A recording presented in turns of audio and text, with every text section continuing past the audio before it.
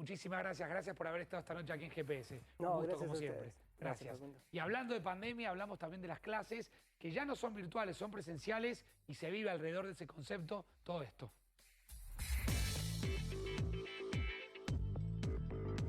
En la provincia de Buenos Aires se empieza a implementar la presencialidad plena en las escuelas. Se reduce el distanciamiento social de 1,5 metros a 90 centímetros y se eliminan las burbujas. Es parte de las aperturas que se van a implementar en territorio bonaerense. Reforzamos otras medidas de cuidado con testeos permanentes, con medición de dióxido de carbono y con cuidados que tienen que ver con el uso de todos los edificios escolares. A veces no las aulas, a veces un Zoom, a veces algún lugar más amplio, algún lugar más ventilado.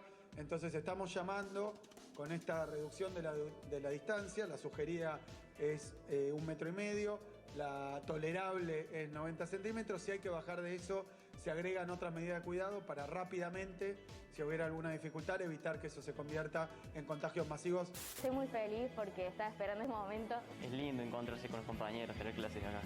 Cada una de las jurisdicciones va a poder determinar la progresividad que va a poder implementar cada una de estas medidas y el compromiso también del Estado Nacional de acompañar a las jurisdicciones educativas en la adquisición tanto de los medidores de dióxido de carbono, de los kits de testeo como de los barbijos. Pudimos dar un pasito, pero solamente abrimos las escuelas. Para que recuperen lo que perdió necesitamos más tiempo, que significa más días, más horas, en horarios extraordinarios distintos a los que tienen, y planes personalizados de acompañamiento de las trayectorias.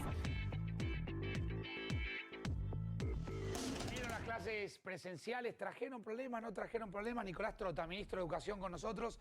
Nicolás, ¿cómo te va? Gracias por estar esta noche aquí en GPS. ¿Cómo viene funcionando todo? Afortunadamente es un reflejo de lo que hemos mejorado en términos sanitarios y epidemiológicos a partir del proceso de vacunación que se ha acelerado en los últimos meses. Nos permitió dar este paso de intensificar la presencialidad que se había recuperado en todo el territorio argentino luego del receso de invierno. Había algunas provincias que antes del receso, en el momento del impacto de la segunda ola, no habían logrado recuperar la presencialidad, pero hoy en todo el territorio argentino no solo tenemos una presencialidad cuidada, sino también en gran parte del territorio argentino se ha intensificado con estas modificaciones de los protocolos que acordamos con los especialistas, que incluyen la reducción en algunos aspectos del distanciamiento dentro del aula, y eso permite que todos los chicos regresen todos los días sin resignar el cuidado de la salud. Claro, sigue siendo prioridad el tema de la salud, pero también el tema de la educación. Estuvieron mucho tiempo parados, ¿no? Bueno, el año pasado fue un año muy complejo. Este año, más allá de lo que digan algunos dirigentes en pleno proceso electoral, Argentina tuvo la presencialidad más robusta de toda América Latina. Nosotros en febrero-marzo logramos que en todo el territorio argentino comienzan las clases. Luego nos impactó la segunda ola, que sabemos que fue muy dura en América Latina y en Argentina también. Eso implicó suspender la presencialidad en aquellos lugares que estaban con una tasa de incidencia de mayores de 500 casos. Hay provincias como Jujuy o Misiones que, por ejemplo, lograron sostener la presencialidad desde que comenzó el ciclo lectivo, pero hoy estamos en esta nueva etapa que nos da un horizonte sin resignar todos los cuidados, que vamos a tener una presencialidad todo lo que resta del año y poder ir intensificándola como se ha logrado en la provincia de Buenos Aires, pero en gran parte del país. Y la pandemia tiene la particularidad de que nunca se puede aflojar porque no se sabe bien qué viene para adelante. Recién Hefner decía, no está clara la evolución del virus. No está clara. Para nosotros sí es muy importante, Facundo, lo que está empezando a ocurrir en los países del hemisferio norte que están comenzando las clases. Eso sí lo ven como un espejo, digamos. Eso es un espejo de algunos meses hacia adelante, pero lo que vemos con esta pandemia, lo que ha pasado en otros países, no necesariamente ocurra en América Latina, porque la Delta afortunadamente todavía no ha impactado en América Latina como ocurrió en otros países. Hay distintas hipótesis del por qué, pero nosotros tenemos un horizonte positivo. Ya van a ser 15 semanas de mejora constante de los datos sanitarios, a pesar de las aperturas que estamos viendo, no solo en cuanto a las escuelas, sino también en gran parte de las actividades. Y mientras esa realidad se siga sosteniendo, vamos a poder sostener la presencialidad intensa. Quiero hacerte 4 o 5 preguntas específicamente de educación. ¿Cómo no? Digo, alejado de la pandemia, secuelas, ¿qué estás viendo o qué te están informando de las escuelas en los chicos, en las chicas? ¿Cómo han atravesado? Porque creo que es un tema sumamente importante. Rodri. Sí, ministro, le hago una consulta. A ver, teniendo el reflejo de lo que pasó en el hemisferio norte, sabemos que cuando se comenzaron las aperturas, De hecho, estuvo la fiesta del Freedom Day en el Reino Unido y tuvieron que volver para atrás con un montón de cuestiones por la circulación. ¿Existe la capacidad política de volver a imponer restricciones en el caso de ser necesarias? ¿El gobierno tiene el poder, sobre todo político, después de todo lo que pasó, para volver a imponer restricciones? Es que ese es nuestro activo en términos de lo escolar. Nosotros siempre dejamos muy claro que la intensidad de la presencialidad no se vincula a la escuela en sí mismo, sino en parte a factores que son sanitarios y epidemiológicos. Claramente el avance de la vacuna, hoy tenemos 33-34% de la población con 2 dosis, ¿no? 62-63% con al menos una dosis. Eso, ¿qué nos va a permitir? Nos va a permitir tener un horizonte muy positivo hacia el futuro. Es lo que nosotros esperamos, pero sí, en alguna jurisdicción la realidad epidemiológica se modifica de una manera dramática, por supuesto que vamos a tener que retroceder en esas instancias, pero no es el horizonte que estamos observando de cara a los próximos meses, porque a diferencia del hemisferio norte, nosotros estamos yendo, y también por eso tomamos esta decisión, a mejores temperaturas, y eso nos permite también optimizar el uso de espacios públicos abiertos o semiabiertos en cada una de nuestras escuelas. Ministro, así como la situación de la presencialidad siempre era una toma de decisiones del área de educación, pero de acuerdo a la situación sanitaria, ¿no? Una cosa impactaba en lo otro. Le pregunto si también del diálogo con su colega, con su par, la ministra Bisotti, tiene una fecha para que empiecen a vacunar a los chicos, porque también la vacunación de los chicos va a impactar directamente en el aula. Por supuesto, ¿no? Todo hace suponer que terminado el mes de septiembre se va a comenzar la vacunación de los adolescentes. Es un proceso progresivo, ¿no? Que va a tener un impacto muy positivo, tanto lo que puede ser el arribo de las vacunas de origen estadounidense Pfizer, como también las autorizaciones. Se están analizando la documentación de los países que ya han autorizado, por ejemplo, la vacuna de Sinopharm para menores de 18 años en determinados países, para ver si el ANMAT lo puede autorizar.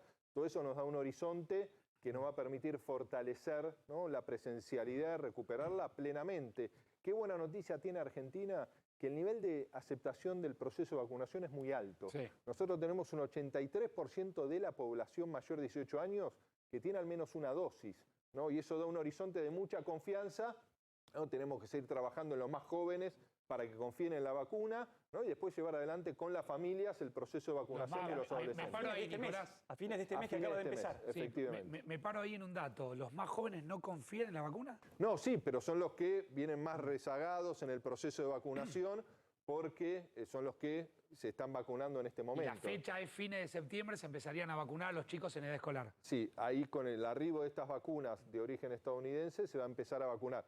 Recuerden que ya hemos vacunado a los adolescentes con alguna enfermedad prevalente, claro, ¿no? Que tienen una dosis, algunos ya están recibiendo la segunda dosis. Esto también es muy importante porque esos niños no han tenido presencialidad en la escuela, ¿no? Entonces, cuando tengan la segunda dosis y pasen las 2 semanas, van a estar en una instancia de seguridad, van a poder volver a la presencialidad. Primera dosis para adolescentes, el gobierno la está pensando para fines de septiembre. Sí, de manera progresiva, lógico. Sí, pero ese es el objetivo que tenemos, lo que hemos conversado con el área de salud. ¿Con la mirada puesta en la zona metropolitana o esto va a ser para todo el país? Hasta la información que nos han dado es a todo el país. O sea, con el mismo criterio de equidad que le van dando a cada distrito en relación a la población. Por supuesto. Eso para nosotros es muy importante, ¿no? Hay provincias que tienen un nivel de población muy joven, ¿no? Cuando uno ve los porcentajes de diferencia que hay, muchas veces se corresponde a que hay provincias que tienen una población mayoritariamente menor de 25 o 30 años frente a otros como la Ciudad de Buenos Aires, que tiene una población de mayor edad. Ministro, usted hablaba recién de 15 semanas consecutivas de baja de los casos, a pesar de las aperturas. La respuesta a eso parece ser la vacunación. Este dato, ¿no le da de alguna manera razón a la oposición de que si hubieran tenido las vacunas que prometieron en el momento en que las prometieron, la apertura podría haber sido antes y el impacto económico habría sido menor? Pero yo creo que en eso tenemos que ver el dato objetivo. Argentina ha tenido las vacunas en el ritmo que las ha tenido, inclusive países que tienen un desarrollo económico mayor de la Argentina. Nuestra política ha sido una política de despliegue con todos los países del mundo para conseguir vacunas. Entonces, cuando algunos plantean en el marco teórico que faltaron vacunas, desconocen la realidad territorial en América Latina, pero también en otros países del mundo. Yo coincido con eso. La pregunta es, como hubo anuncios que iba a haber tantos millones de vacunas en tal tiempo, y después por una cuestión logística, operativa, de falta de entrega, de incumplimiento de contratos, no se produjo esta información de que iban a estar esas vacunas. ¿No fue una decisión apresurada, un error de comunicación? Yo lo que quiero plantear acá es, nuestro gobierno firmó contratos con múltiples laboratorios para hacernos de la vacuna. ¿Hubo incumplimiento de los laboratorios? Sí. No, el problema sería si el incumplimiento fue solo con la Argentina. Hubo un incumplimiento masivo, inclusive con países que tienen un poder económico mayor al de la Argentina, que la encontramos en Nicolás, default. discúlpame, ¿cómo calificás? Si tuvieses que calificar de 1 a 10 la gestión del gobierno respecto al tema vacunas. Que yo creo que lo podemos ver en este resultado, ¿no? Hoy tenemos 50 millones de vacunas en Argentina, es un número muy importante en la cantidad de aplicación de vacunas, en el despliegue. Pero de las 50 millones, de los 50 millones, muchas llegaron ahora. Como ha pasado en todo el mundo, no, pero hoy tenemos ya 1/3 de la población con las 2 dosis. Cuando alguno se pregunta, ¿no? ¿Por qué la Delta no ha entrado? Ustedes estuvieron hablando con especialistas, hay distintas hipótesis. También es que ha funcionado la estrategia del gobierno que algunos criticaban, ¿no? Cuando el gobierno decía, prioricemos una dosis para cubrir a la población. Había ciertos dirigentes de la oposición, que no necesariamente son sanitaristas ni epidemiólogos, que planteaban un cuestionamiento. ¿A quién te referís? No, la oposición decía, ¿por qué íbamos a esa estrategia? ¿No? Porque había países que habían elegido distintos caminos. La verdad que ha sido un proceso de aprendizaje en términos globales. Ahora, las vacunas llegaron a la Argentina. Se están produciendo vacunas en nuestro país. Se sigue avanzando en la suscripción de convenios. Esto no ha terminado, ¿no? Hay países que están planteando la necesidad de una tercera dosis, ver cómo va a ser el escenario en el 2022.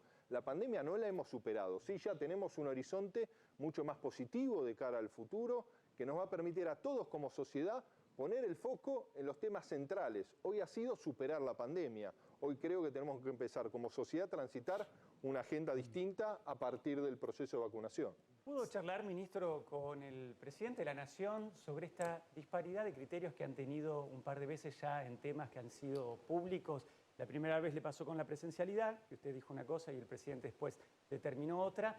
Y ahora le pasó hace pocos días con este video que se viralizó de la docente, que usted dijo como ministro del área que no iba a admitir que nadie intentara adoctrinar chicos en un aula. Y al presidente le pareció un debate fenomenal. ¿Lo charló con él? Lo hemos charlado con el presidente. A ver, dos cuestiones muy diferentes, ¿no? La primera se vinculaba a lo que era la realidad del AMBA, ¿no? De la región metropolitana de Buenos Aires. Teníamos una perspectiva distinta, ¿no? Yo le planteé al presidente cuál consideraba que debería ser la agenda.